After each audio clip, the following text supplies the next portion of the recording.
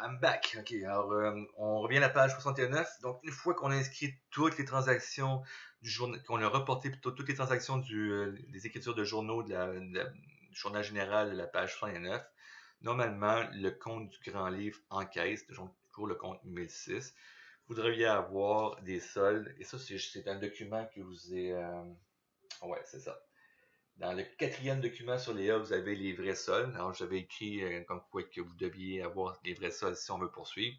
Donc, on se retrouve avec un solde au compte d'encaisse au 30 mai de 9065,16. OK? Alors, dans ma balance de vérification, ici, mon solde que je vais reprendre pour mon compte d'encaisse, je ne sais pas si vous voyez bien, c'est bien le solde que je retrouve à la fin, donc 9065,16. Je vais faire la même chose pour l'ensemble des comptes. Et là, comme vous voyez, la balance de vérification nous permet d'avoir ici pour la colonne des débits et ici la colonne de crédit les mêmes chiffres. Si jamais vous n'avez pas fait d'erreur, si jamais pardon, vous n'avez pas les mêmes chiffres, comme c'est dit en bas de la page 75, si vos soldes ne sont pas égaux, vérifiez vos écritures, de même que les rapports au grand livre, c'est là que l'erreur s'est faite. Mais du moins, une balance de vérification exprime que dans les deux colonnes, on a le même chiffre, ce qui donne que c'est vérifié comme ça.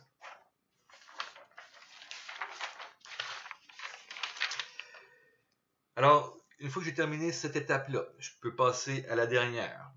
Alors, est-ce que j'ai des problèmes à faire juste avant? Non, un peu plus tard, les problèmes. OK. Alors, je peux passer à la dernière, qui est la préparation des états financiers. Là, c'est rien de nouveau là-dessus. OK? Ce qu'on fait depuis le début du cours, c'est un peu ça. On avait commencé, je vous rappelle bien, les premières semaines à traiter le bilan. Et par la suite, on a vu l'état des capitaux propres et celui de l'état des résultats. Alors, normalement, cette notion-là vous n'êtes pas étrangère. On prépare, par contre, la quatrième et dernière étape du cycle comptable à partir de la balance de vérification faite à la même date. Okay? Alors, on regarde on a vu comment les présenter, mais là, il s'agit de savoir comment on les prépare. Okay? Alors, vous avez l'état des résultats qui est le premier, je vous rappelle, le premier état financier à préparer parce qu'il faut obtenir, c'est quoi la différence entre les produits et les charges, c'est-à-dire votre bénéfice net ou votre perte nette pour dresser l'état des capitaux propres par la suite et aussi, enfin, le bilan. Okay? Alors, vous avez l'exemple de CERAC dans le milieu de la page.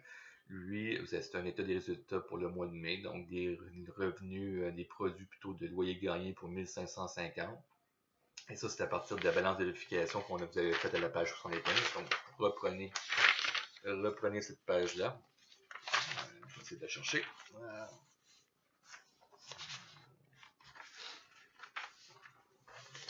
Je m'excuse du petit délai. OK, voilà.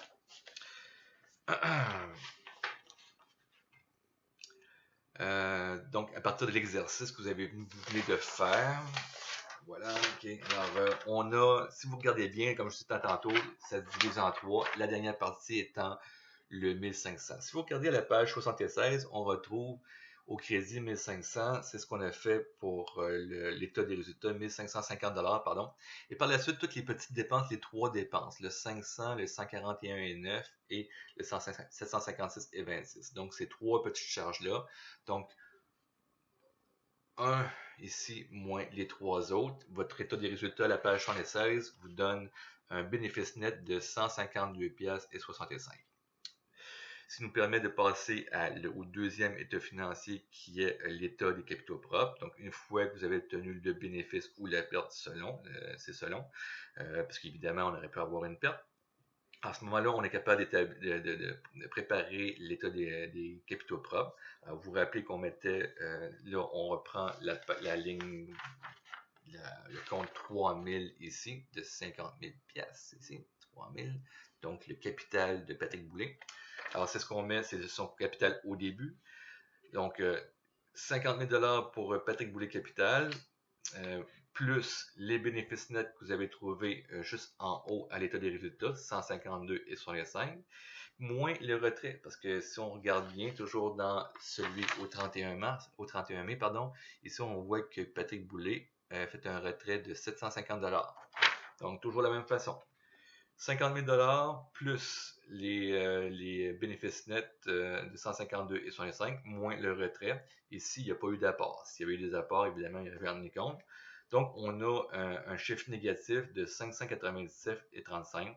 Alors, au 31 mai, on peut dire que l'investissement initial de Patrick Boulet, qui était de 50 000 au début, a diminué d'à peu près 600 $. On a un chiffre alentour de 49 400 $. Toujours selon la balance de vérification qu'on a vue à la page 75.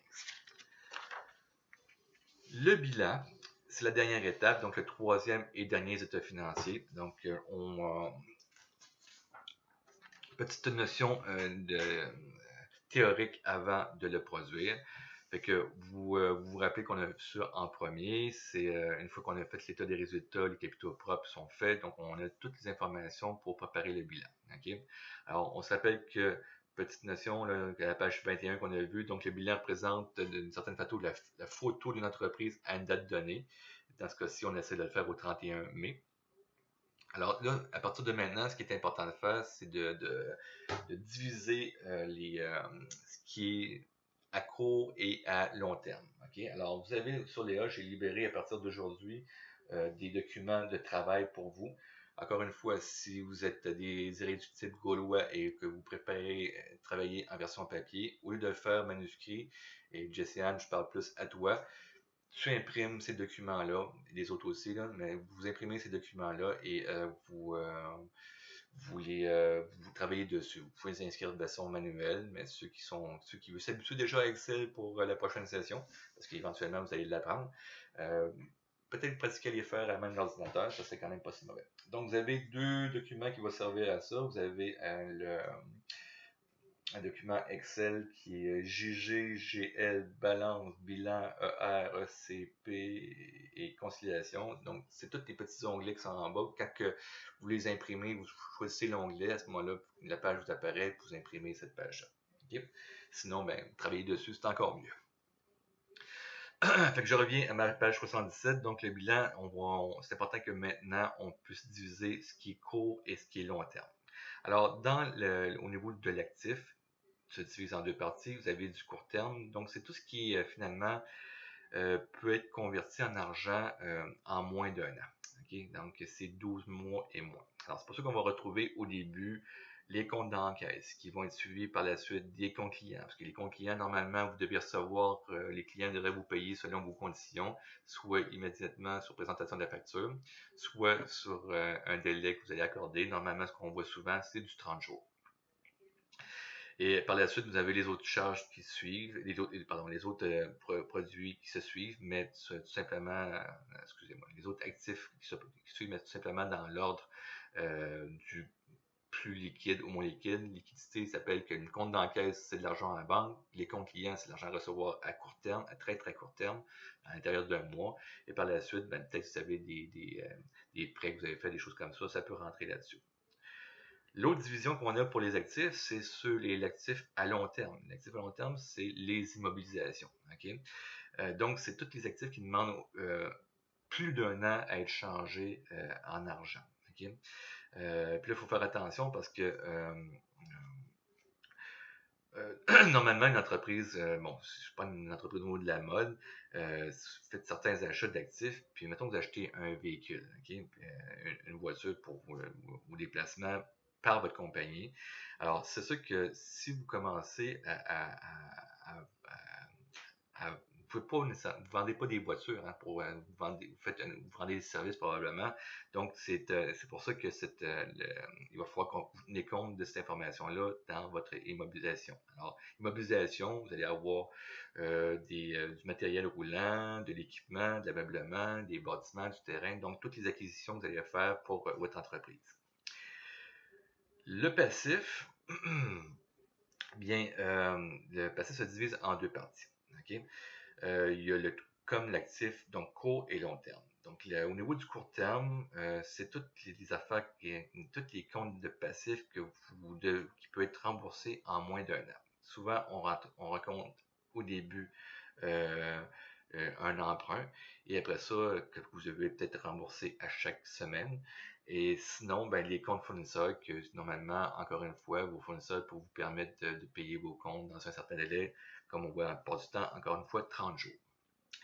Le long terme, ben, c'est ce qui met plus d'un an à être remboursé. Donc, si ça fait un effet à payer, comme on a vu dans le cadre du problème 3, sur 5 ans, ben, il va être placé dans le long terme. Donc, plus d'un an dans le long terme. Donc, vous avez eu des fois des effets à payer sur une période de 3 ans, d'autres sur 5 ans, des hypothèques sur 10 ans. Donc, on les présente dans cet ordre-là. Donc, celui de 3 ans en premier, celui de 5 ans en deuxième et l'hypothèque en troisième.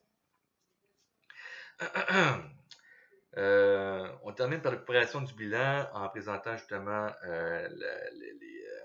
les capitaux propres à la fin de l'exercice. Donc, vous avez évidemment vos capitaux propres au début, plus les bénéfices, plus les apports, moins les retraits. Ça vous donne vos capitaux propres à la fin. C'est ce qu'on va prendre comme information pour le mettre dans le bilan, comme on a vu précédemment. Donc, à la page 78, vous avez le compte de... On fait le tour. Là. On a fait l'état des résultats, on a vu celui des capitaux propres, et là, on a le bilan pour CERAC au 31 mai. Fait qu'on reprend la page 75. Et là, on voit que c'est la première partie qui est touchée. Donc, pardon. Ici, vous avez les comptes de 1000, donc le solde de 9065 et 16. Tous les comptes de 1000 sont dans l'actif. Vous avez seulement deux comptes à ce moment-là. Vous avez à court terme, vous avez le compte d'encaisse et le compte client, qui est le deuxième, 450 $. Par la suite, vous avez les immobilisations. Donc, vous avez vos équipements de climatisation, bâtiments et terrains. Donc, tout ça se retrouve dans les immobilisations. Donc, total de l'actif à court terme et total de l'actif à long terme, vous allez avoir un total de 410 221 et quelques sous. Okay? Par la suite, toujours dans le même document, on a ceux de passif. Fait que vous avez des comptes fournisseurs, je ne me trompe pas ici, oui. Sinon, vous avez l'emprunt hypothécaire qui est le deuxième. Donc, compte fournisseur qui est un passif à court terme, puisque vous devez le payer normalement dans les 30 jours. Et sinon, le passif à long terme, qui est pas mal plus long, lui, habituellement, c'est mensuellement, si je ne me trompe pas, c'est quand même plus long. Vous avez, les intérêts sont mensuels, mais c'est à payer de façon annuelle. Alors, vous avez toujours, vous prenez les chiffres de la page 75, vous les transposez ça là, et si on regarde au niveau des capitaux propres, Patrick Boulet Capital, donc le 49 402,65, c'est ce que vous avez trouvé dans la page, en bas de la page 76, lorsque vous avez trouvé les capitaux propres de Patrick Boulet, mais à la fin. Donc, c'est ce qu'on inscrit là. Total du passif plus capitaux propres nous donne 410 220 quelques sous. Donc, notre équation comptable s'équilibre. On a autant le total de l'actif plus égal, le total de l'actif égale le total du passif plus les capitaux propres. Évidemment, pour mettre en pratique ce qu'on vient de voir, on a un petit exercice à faire dans le bas de la page 78. Donc, vous avez ici une balance de vérification établie au 31 janvier pour une entreprise de services comptables. Vous devez, dans un premier temps, identifier quels sont, je me mets à côté, j'identifie quels sont les actifs à court terme, ceux à long terme, les passifs à court terme, et s'il y en a à long terme, dans ce cas-ci, dans l'exercice, il n'y en a pas.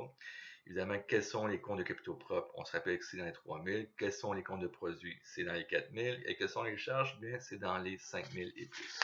Et pour l'exercice, bien, on vous demande de faire à la page 79 et 80. On vous demande de rentrer ces informations-là. Donc, vous décortiquez, encore une fois, vous vérifiez ce qu'on a vu. Donc, alors, si on regarde le premier, la page 79, je vais même vérifier si...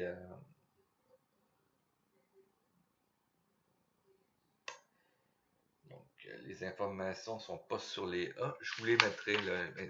Elles sont là, pas là aujourd'hui, mais avant le cours de jeudi. Là, probablement que vous allez avoir le 20 semaine de jeudi. Fait qu'on va je vais vous les mettre pour que vous ayez au moins les réponses pour vous valider.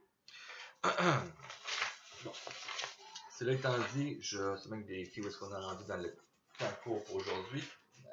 Trop de papier. Alors, pour ceux qui me trouvent un peu long, on peut profiter d'une petite pause peut-être pour aller aux toilettes. Voilà.